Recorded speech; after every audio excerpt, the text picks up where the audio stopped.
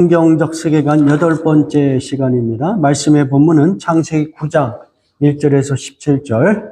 설교의 제목은 노아 언약, 빛나는 인생입니다.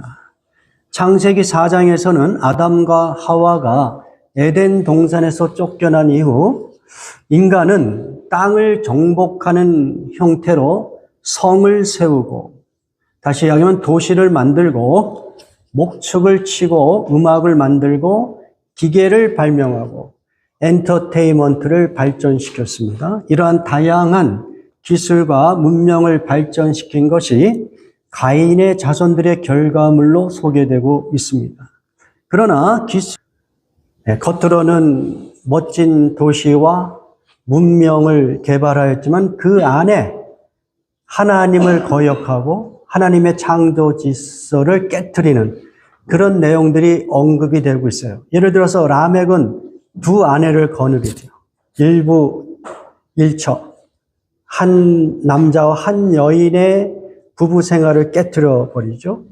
그리고 라멕은 자기에게 상처를 준 젊은이를 죽여버리고, 그리고 어떻게 호언장담하냐면 누군가 자기를 해치는 자가 있으면 77배로 안갚음하겠다고 호언장담합니다. 이와 같이 겉모양은 매우 세련되고, 그리고 어떤 그 안에 질서가 있고, 또 그 안에 어떤 화려함이 있을지 모르지만, 그러나 하나님이 보시는 그 관점에서 보면 하나님의 창조 질서를 깨트리고, 특별히 이 남과 여의 그 어떤 릴레이션십을 혼란하게 만드는 그런 문화 우리가 생각해 볼 필요가 있고요. 그것은 단순히 고대 시대뿐만 아니라 역사적으로 계속하여 그와 비슷한 인간이 만든 문명과 문화에는 그것이 담겨 있어요. 오늘날도 우리는 그것을 경험하고 있지 않습니까? 동성애, 동성 결혼을 이제 아주 법적으로 합법화하려고 하고, 그것을 비판하거나 비난하면 오히려 잘못된 것으로, 또 법으로 그것을 징계하는 이런 일까지도 벌어지는 그런 현상들을 볼 수가 있습니다. 러시아가 시작한 우크라이나를 향한 전쟁은 지속적으로 수많은 사람들을 파괴하고 죽이고 있고요. 하마스가 이스라엘을 향하여 폭력과 살상을 행함으로 시작된 이스라엘의 반격은 라멕과 같이 77배의 폭력과 살상으로 응징하고 있습니다. 이런 모든 것들을 보면은 인간은 땅을 정복하는 그런 지혜와 능력, 창조적인 아이디어 이런 것들을 잘 사용하고 있지만 그 안에 폭력이 항상 도사려 있죠. 폭력이. 여러 가지의 이유를 대면서 사람들을 해치고 전쟁을 일으키고, 그리고 하나님이 원하시는 어떤 창조의 질서를 파괴하는 그런 인간의 문명을 우리가 경험하고 있는 것이죠. 노아의 시대도 마찬가지예요. 노아의 시대는 결정적으로 하나님의 아들들이 세상의 딸들에게 마음을 다 주고 결혼을 하는 일들이 벌어지면서 하나님께서 결국은 온 세상을 심판해야겠다고 마음을 먹게 되십니다. 무슨 이야기입니까? 하나님의 아들들이 누구겠어요? 신앙을 나름대로 갖고 있고 충실하게 하나님을 따르는 자들이라고 생각하는 사람들, 그 사람들이 하나님의 아들들이 아니겠습니까? 오늘날로 이야기하면 실천적인 크리스천들이죠. 어떤 명목적으로 교회의 이름만 올리고 예배를 거의 참석하지 않고, 또 참석하더라도 뭐 한 달에 한 번 정도, 이런 크리스찬이 아니라 정말 교회를 사랑하는 것 같고 그렇게 열심히 프랙티컬하게 하나님을 섬기는 사람들조차도 세상의 그 아름다움과 어떤 그 육적인 쾌락을 쫓아가는 그러한 현상이 벌어졌을 때 하나님께서는 더 이상 그 죄가 이렇게 확장되는 것을 원하지 않아요. 그래서 하나님께서는 노아의 시를 우리가 한번 같이 봉독하기를 원합니다. 창세기 6장 5절 6절. 주께서는 사람의 죄악이 세상에 가득 차고 마음에 생각하는 모든 계획이 언제나 악한 것인 분을 보시고서 땅 위에 사람 지으셨음을 후회하시며 마음 아파하셨다. 그러니까 에덴 동산에서 쫓김을 당한 이후에 인간의 그 삶은 문명과 문화를 개발하지만 그와 함께 동시에 죄가 아주 걷잡을 수 없이 확장되어 가고 있다는 거예요. 네. 겉으로는 화려하고 세련된 그 문화 속에서 그 안에 자세히 살펴보면 하나님이 원하시지 않는 그 방식에 악함이 거기에 있고 폭력이 있고 전쟁이 있다는 것이죠. 하나님의 백성까지도 이제 하나님의 뜻에 순종하기보다는 자기의 육체의 욕망을 쫓아서 살아가는 그러한 시대. 그러한 시대가 되면 이제 하나님께서 심판을 할 수밖에 없는 그런 것이죠. 그것이 바로 노아 시대이고 또 세상의 그 징후탄 그러한 상황 속에서. 그런데 오늘 여러분하고 제가 좀 나누고 싶은 이야기는 무엇이냐면 창세기 4장, 5장, 6장에 보여주는 그 어둡고 죄가 관영한 그러한 성경에 기록되어 있다는 것이죠. 그게 중요해요. 우리가 살아가는 세상은 그렇게 죄가 계속하여 확장되어 갈 거예요. 우리가 매 제너레이션마다 세상이 점점 악해진다 이 느낌을 받고 사람들이 그런 이야기를 많이 하잖아요. 그러나 세상이 그렇게 악해지면 악해질수록 더욱더 그들과 구별되어 세상의 어둠 속에서 별같이 빛나는 인생을 살았던 사람들의 삶이 있다는 거예요. 그것을 성경은 보여주고 있어요. 그렇게 살았던 사람들의 삶을 세 가지로 압축해서 이야기해 볼 수 있어요. 이것은 오늘날 우리에게도 매우 중요한 것이라고 생각합니다. 어쩌면 평범한 내용일 수 있어요. 그러나 그것이 하나님 보시기에 얼마나 귀하고 가치 있는 것인가. 그것을 여러분이 깨달을 수 있기를 원해요. 왜냐하면 성경은 바로 그 별같이 빛나는 인생을 이러한 사람들에게 초점을 맞춰서 기록을 하고 있거든요. 별같이 빛나는 인생. 그러한 삶을 살아갔던 사람들은 어떤 사람인가? 첫 번째, 세 가지로 오늘 말씀드릴 텐데요. 첫 번째는 예배하는 자들이었어요. 예배하는 자들. 창세기 4장 26절. 같이 봉독합니다. 셋도 아들을 낳고 그의 이름을 에노스라 하였으며 그때의 사람들이 비로소 여호와의 이름을 불렀더라.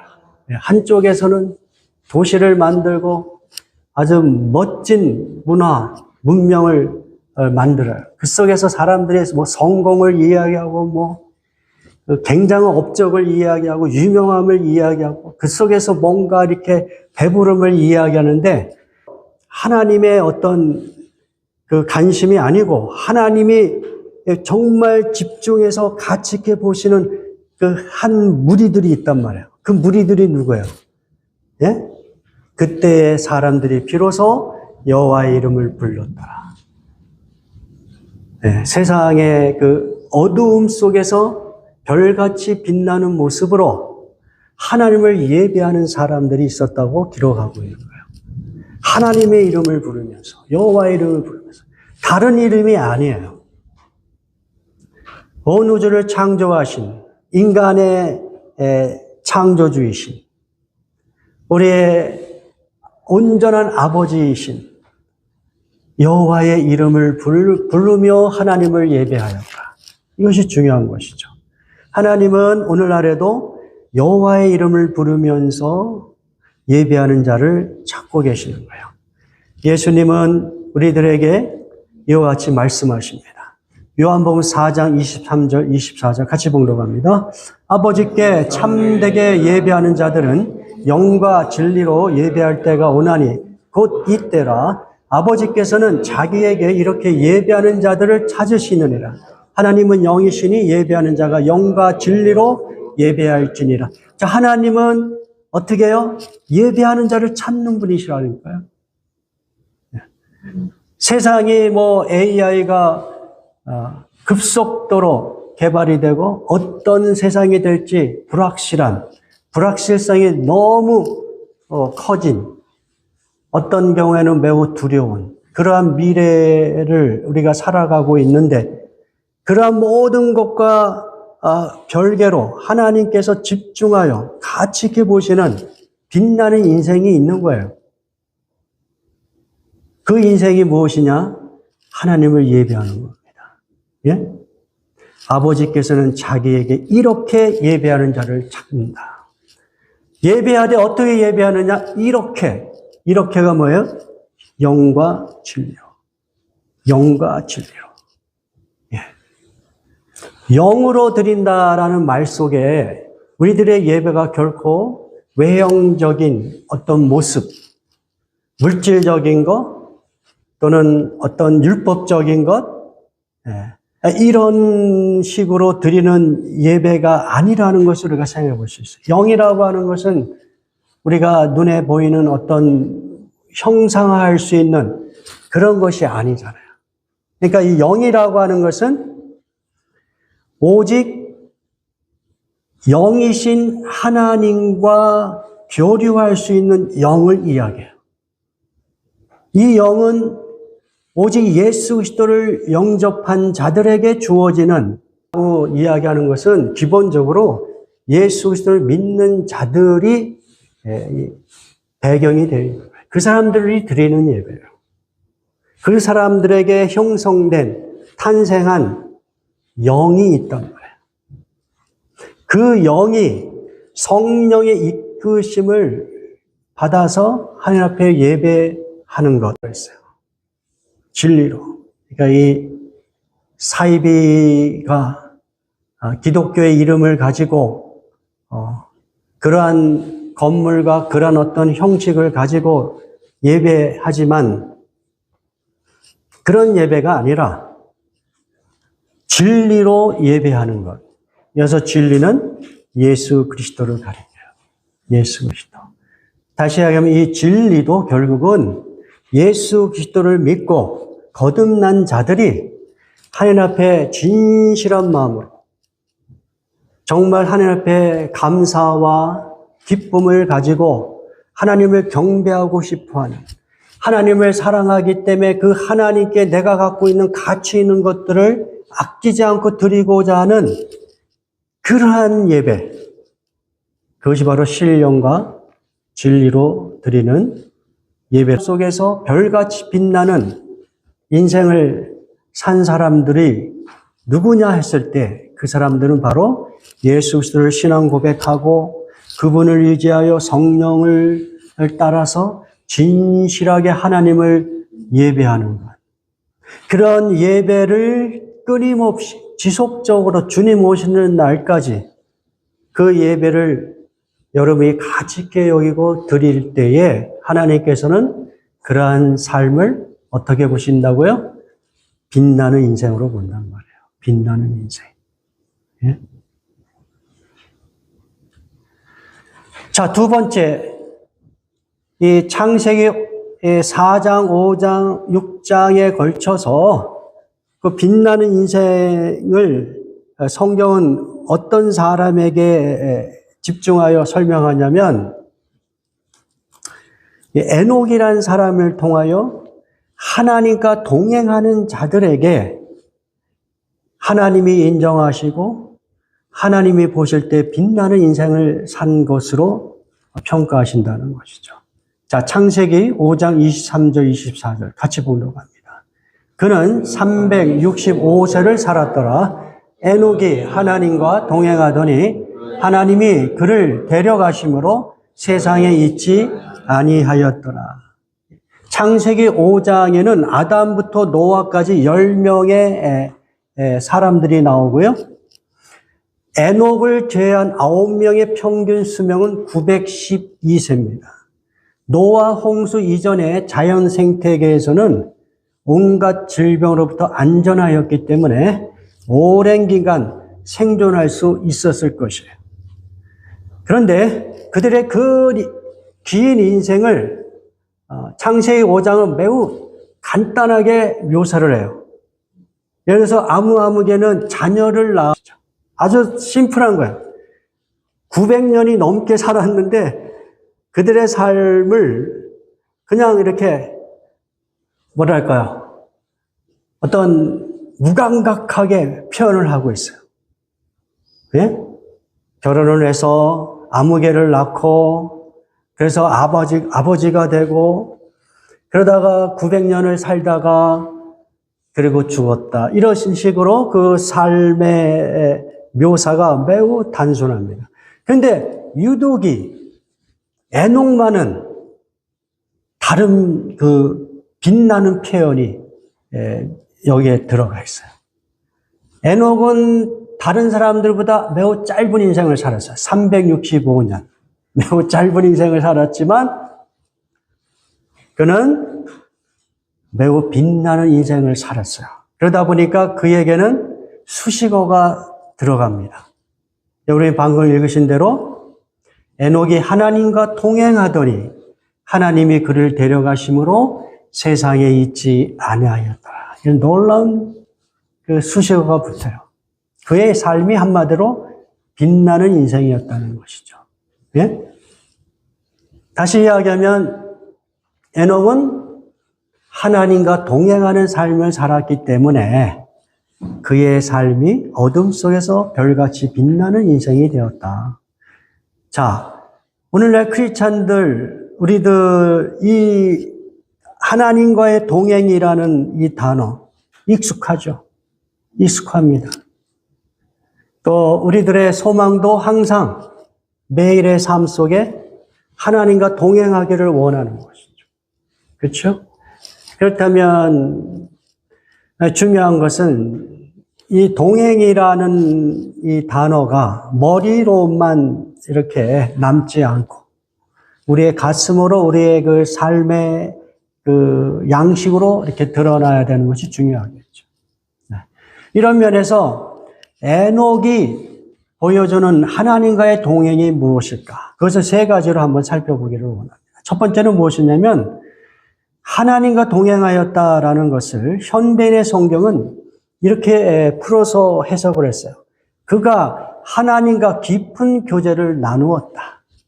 그 다음에 현대어 성경에서는 일생 동안 하나님의 뜻을 따라 그분과 함께 살았다. 이렇게 풀어서 번역을 하였습니다. 하나님과 동행한다는 것이 무엇이냐? 하나님과 깊은 교제를 가지면서 하나님의 뜻을 따라 그분과 함께 살았다. 이렇게 우리가 이해해 볼 수 있다는 것이죠. 하나님과 동행한다는 것은 영어식 표현이 너무 멋지지 않습니까? Enoch walked with God. 예? walk with. 하나님과 나란히 동행하면서 살았다. 예. 그 이야기는 에녹은 일상 속에서 지속적으로 하나님의 뜻이 무엇입니까? 그것을 질문하면서 하나님의 뜻대로 살려고 무진장 노력하면서 살았다. 이렇게 우리가 해석해 볼 수가 있어요. 그렇죠? 네. 여러분이 그렇게밖에 이해할 수 없지 않겠습니까? 하나님과 동행한다는 것이 도대체 무엇이에요? 네? 어떻게 동행한다는 거예요? 하나님의 뜻이 무엇입니까? 질문하면서 나의 삶 속에서 하나님이 원하시는 그 삶은 무엇입니까? 질문하면서 살아간 거예요. 네. 그러면서 삶의 어떤 가치, 삶의 의미, 삶의 목적을 가르쳐 주시면서 에녹의 삶을 풍성하게 만드셨을 것입니다. 여러분, 하나님과 동행하는 삶은 한마디로 이야기하면 이 땅에서 우리 크리스찬들이 왜 살아야 되지? 이유를 가르쳐주고, 그리고 내가 무엇을 위하여 살지? 목적을 가르쳐주는 놀라운 경험을 하게 만든다는 것입니다. 여러분, 최근에 그 한국의 2024년 노벨 문학상을 받은 한강이란 작가, 여러분이 많이 들어봤죠? 이분이 어떤 인터뷰에서 한 이야기를 제가 기억해요. 이분이 그런 이야기를 했어요. 인간은 생존에 대한 욕망보다 삶의 의미를 찾고자 하는 욕망이 더 클 수 있다. 자세히 생각해 보면 한강이라는 작가가 인간이 어떤 존재라는 것을 깊이 생각하고 있다는 것을 알게 돼요.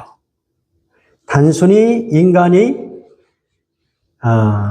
자기가 먹고 살기 위해서만 살아가는 그 욕망에 지배당하는 것이 아니라, 그것이 아주 원초적이고 매우 강렬한 욕망이지만 그 욕망보다 더 큰 욕망이 있다는 거예요.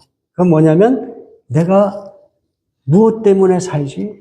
삶의 의미에 대한 어떤 그 깨달음이 없이 그냥 살아갈 수 없다는 거예요. 내가 아무리 세상에서 부유하고 풍족하고 건강해도 내가 왜 살아야 되지? 나의 삶의 목적은 무엇이지? 나는 죽음 이후에 어디로 가지? 이런 어떤 근원적인 해답이 없다면 그의 삶은 매우 불행해요. 공허한 거예요.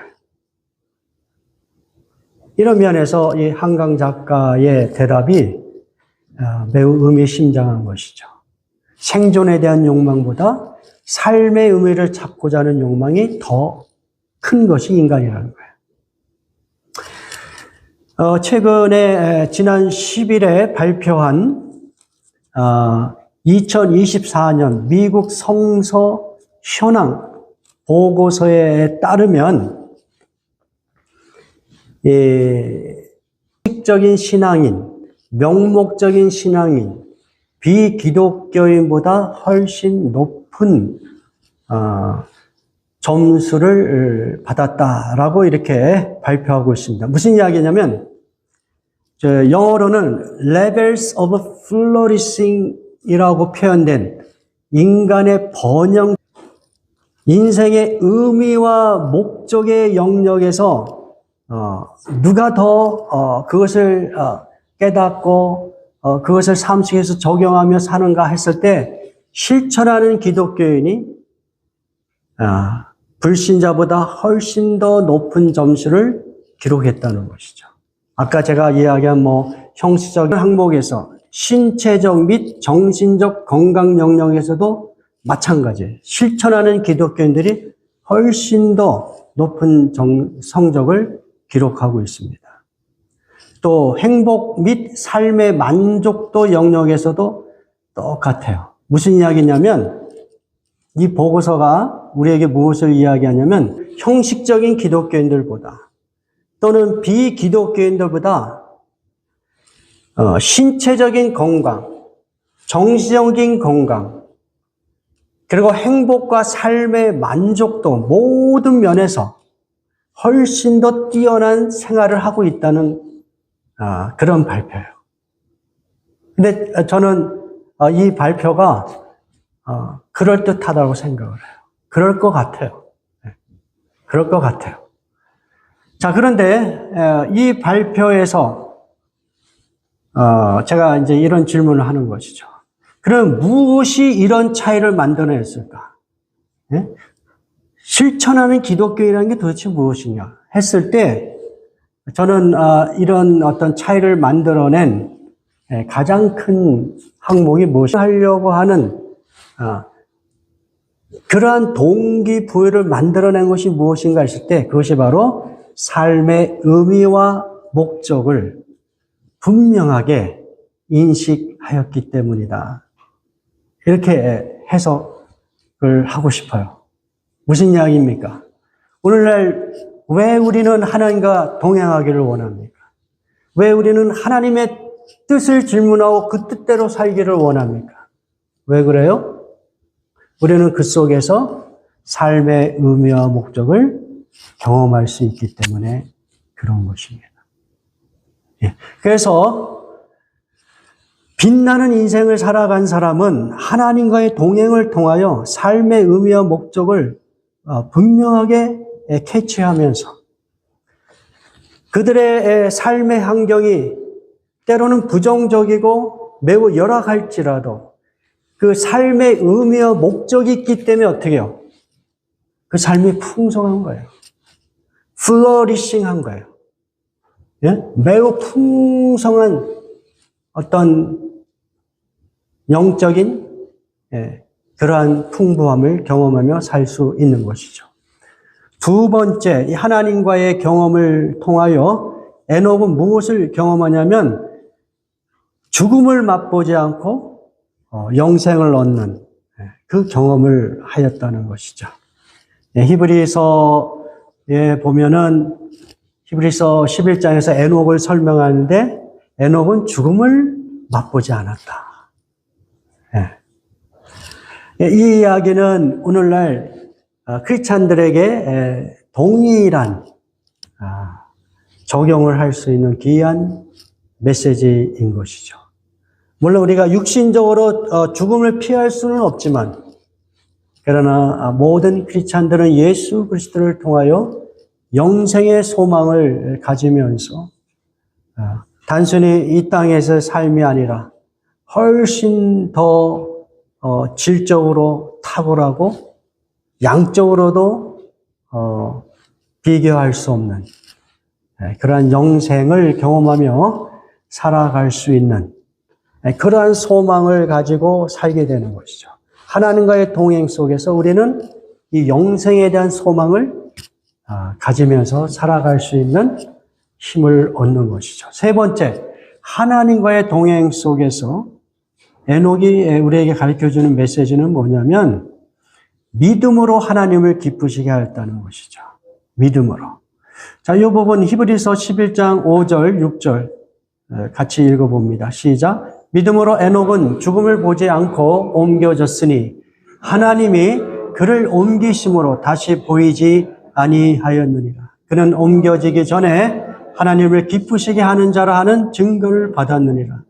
믿음이 없이는 하나님을 기쁘시게 하지 못하나니 하나님께 나아가는 자는 반드시 그가 계신 것과 또한 그가 자기를 찾는 자들에게 상 주시는 있음을 믿어야 할지니라. 하나님과의 동행이 단순히 수도원에서 묵상하고 말씀을 깨닫고 거기서 기쁨을 얻는 이런 수준이 아니라 이 믿음이라고 하는 것은 반드시 그가 깨닫고 또 발견한 것들을 삶 속에서 구체적으로 실천하는 것이거든요. 그런 사람은 반드시 하나님이 기뻐하시는 것이 무엇인가를 끊임없이 질문하면서 자기의 삶을 바치는 것이에요. 자기의 모든 수 하나님의 나라와 의를 구하면서 그렇게 했습니다. 여기까지 오늘은 하기로 하겠습니다. 나머지 세 번째는 다음 주에 하기로 하고요. 자, 오늘 말씀 속에서 우리가 정리할 수 있는 것 두 가지 무엇입니까? 세상의 그 화려한 세련된 문화와 문명 속에서 거기에 도사리고 있는 하나님을 거역하는 문화, 그 안에 있는 폭력, 살생, 전쟁, 이러한 그 세대를 우리가 살아가고 있는 거예요. 영적으로 보면 매우 어두운 것이죠.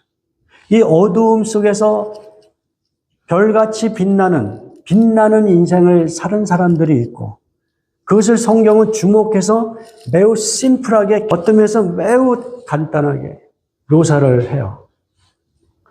그것이 어쩌면 더 큰 임팩트가 있는 것이죠. 그 세 가지를 우리에게 알려주는데, 첫 번째는 어떤 사람들에서 예배하는 자들이었어요. 두 번째는 뭐예요? 두 번째, 하나님과 동행, 하나님의 은혜를 구하는 삶을 우리에게 가르쳐주고 있습니다. 우리 다 같이 기도하겠습니다.